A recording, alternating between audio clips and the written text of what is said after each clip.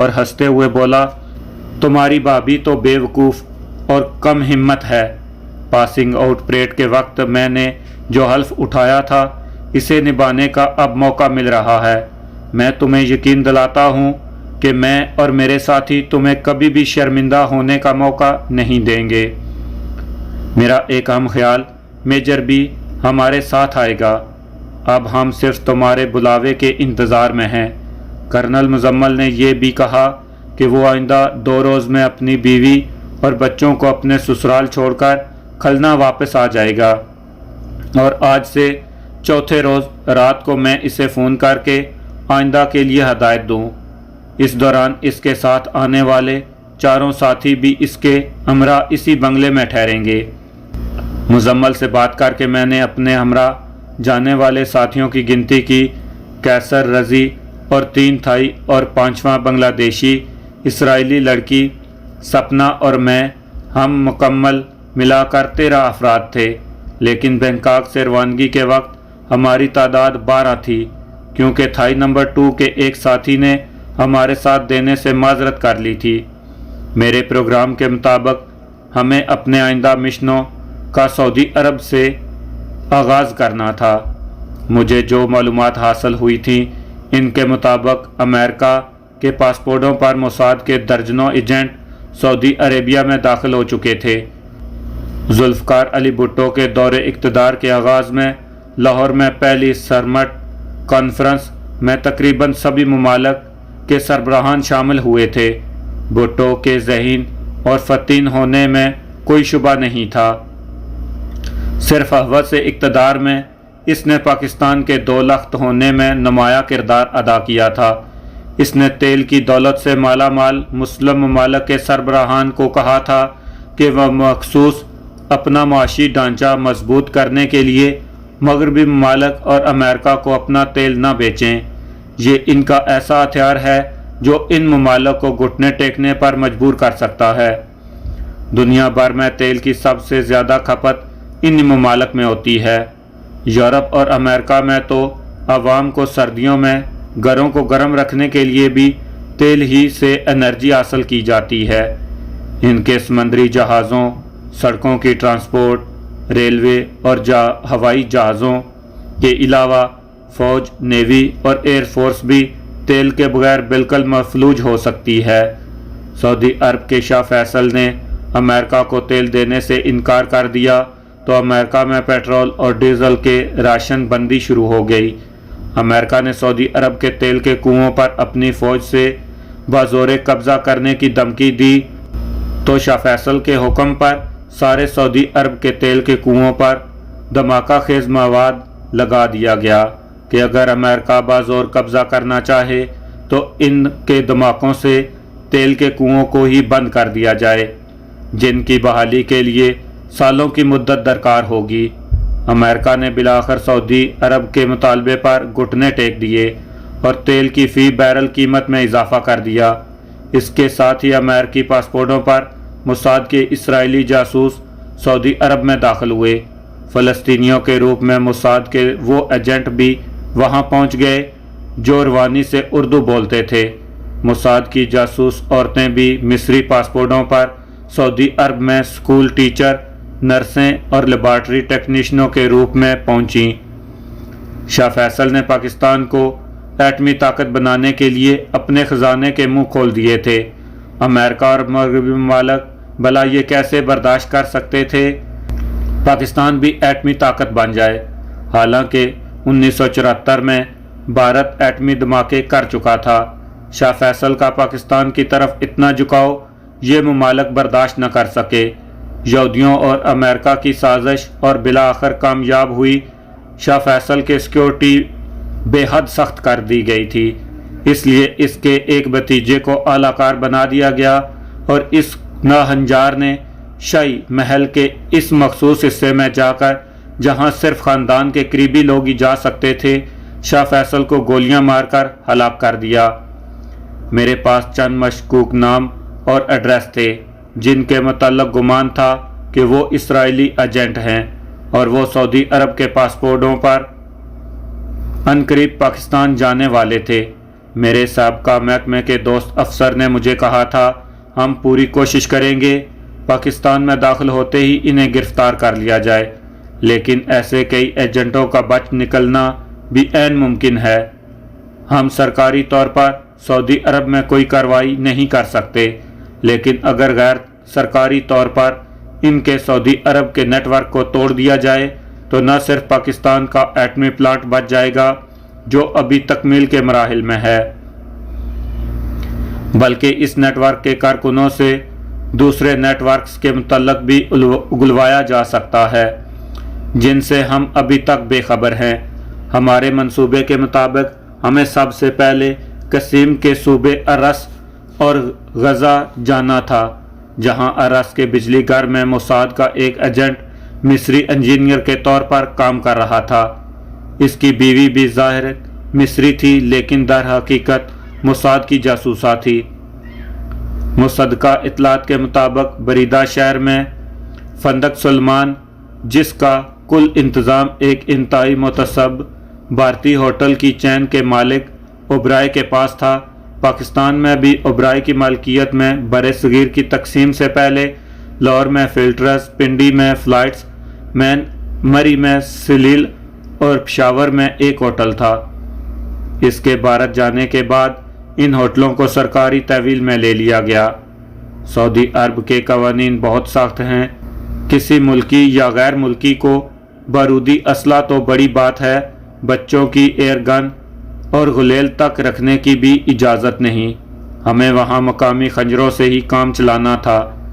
میں محمد خان اور خنسا کی بینکاک میں آمد کے انتظار میں تھا، ادھر سپنا کی خاموشی اور اپنے ماضی کے متعلق کچھ بتانے سے گریزاں تھی، اسے بڑا پرسرار بنا دیا گیا تھا۔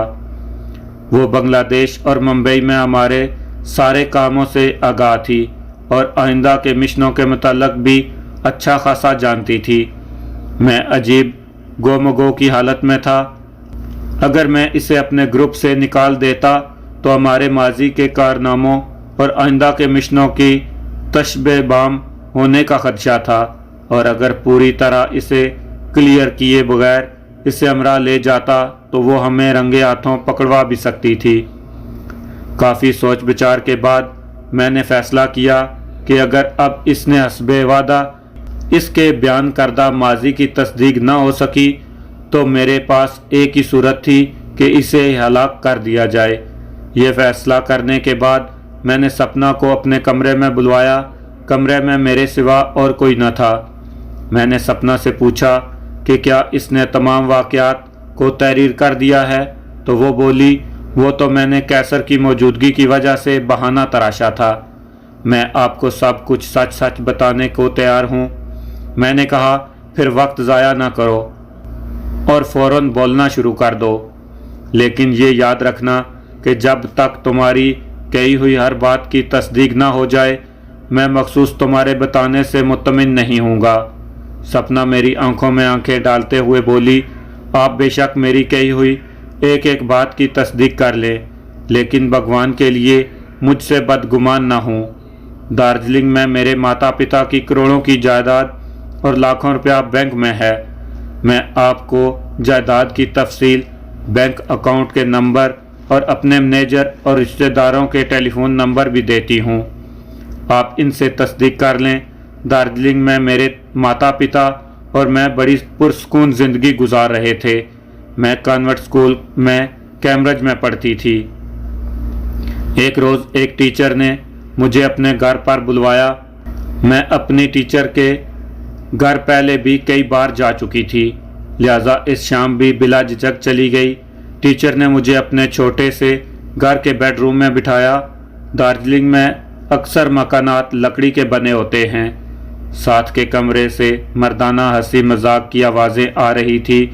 میرے پوچھنے پر ٹیچر نے بتایا کہ اس کا بھائی اور دوست اس کمرے میں بیٹھے ہیں۔ ٹیچر نے مجھے جونیئر کلاسوں کے امتحانی پرچوں پر اس کے دیے ہوئے نمبروں کو جمع کرنے کا کہا۔ میں خوشی خوشی یہ کام کر رہی تھی کہ ساتھ کے کمرے میں بیٹھے ہوئے تینوں آدمی اچانک آدم کے، اور میری بھرپور مزاحمت کے باوجود انہوں نے میری آبرو ریزی کی اور میری بے لباسی کی حالت میں تصویریں بنا لیں۔ میں نیم بے ہوش تھی۔ جب ہوش بحال ہوئے تو وہ سب جا چکے تھے اور ٹیچر کھڑی مسکرا رہی تھی۔ وہ کہنے لگی کہ اگر تمہارے پتا نے مجھے 2 لاکھ روپے نہ دیے تو تمہاری برہنہ تصویریں سارے اسکول میں تقسیم کروا دوں گی۔ اگر صرف روپے کی بات ہوتی تو میرے پتا 2 لاکھ سے زیادہ روپیہ بھی دے دیتے، لیکن مجھے تو بے آبرو کر دیا گیا تھا۔ غصہ اور انتقام کی آگ میں جل رہی تھی۔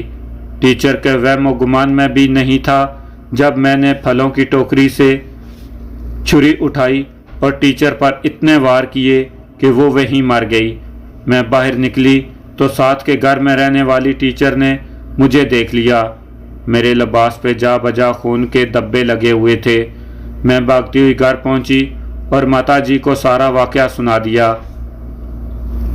انہوں نے پتا جی سے بات کی اور اسی رات ہم دارجلنگ سے اپنی کار میں شیلگیری، علی پور، داسو سے ہوتے ہوئے کوچ بہار آ گئے۔ میرے ماتا پتا اور میں ٹیچر کے قتل میں میرے گرفتار ہونے سے ڈرتے تھے۔ میری ماتا گھر میں پڑے اپنے سارے گہنے اور روپیہ ساتھ لے آئی تھی۔ ان کا ارادہ تھا کہ ہم بنگلہ دیش میں ڈھاکہ میں ان کے ایک دوست کے جائیں گے اور وہاں سے میرے بچاؤ کی کوئی ترتیب کریں گے۔ ہمارے پاس پاسپورٹ تو تھے نہیں، لہٰذا ہم نے خچروں پر اس رستے سے بنگلہ دیش میں داخل ہونا چاہا جس پر مرنگ اور مگ قبائل آباد تھے۔ میرے ماتا پتا بہت سیدھے اور ڈرپوک تھے۔ مگ قبائل کے سردار کو انہوں نے تمام واقعہ بتا دیا تاکہ اس کی ہمدردی اور مدد حاصل کر سکیں، لیکن سردار نے ان دونوں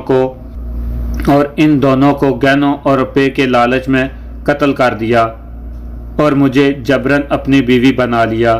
خزانہ ڈھونڈنے کی کہانی میں نے اس لیے بتائی تھی کہ میری اپنی ٹیچر کو قتل کرنے کا راز فاش نہ ہو جائے۔ اس کے بعد آپ لوگ آ گئے اور میں آپ کے ساتھ ہی رہی۔ ممبئی سے کیسر کے ہمراہ میں دلی گئی۔ راز کے افشا ہونے کے خوف کے باعث میں نے ایک پیسیو سے دارجلنگ اپنی ایک سہیلی کو فون کیا تو اس نے بتایا کہ پولیس ابھی بھی میری تلاش میں ہے اور میرے دارجلنگ پہنچتے ہی مجھے گرفتار کر لیا جائے گا۔ کیسر بھی بھارت میں پولیس کو مطلوب تھے، لہذا وہ میری کوئی مدد نہ کر سکتے۔ اس لیے میں نے دوسری جھوٹی کہانی گڑھی کہ میرے پتا کے مینیجر اور رشتہ داروں نے مجھے پہچاننے سے انکار کر دیا ہے اور جان سے مارنے کی دھمکی بھی دی ہے۔ اس لیے میں کیسر کے ہمراہ ہی ممبئی چلی آئی اور اب تک آپ کے ساتھ ہوں۔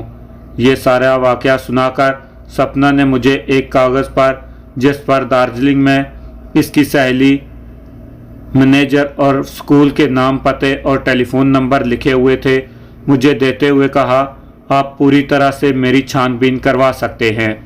اگر کوئی بات جھوٹی نکلی تو میں ہر سزا بھگتنے کو تیار ہوں، اور اگر سب باتیں درست ثابت ہوئیں تو آپ کو وہ فکرہ مکمل نہ کر سکی اور روتے ہوئے میرے کمرے سے چلی گئی اور میں سر تھام کر بیٹھ گیا۔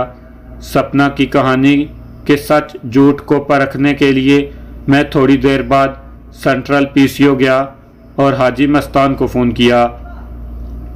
وہ کہیں باہر گیا ہوا تھا۔ میں نے یوسف پٹیل کے نمبر گھمائے، وہ گھر پر موجود تھا۔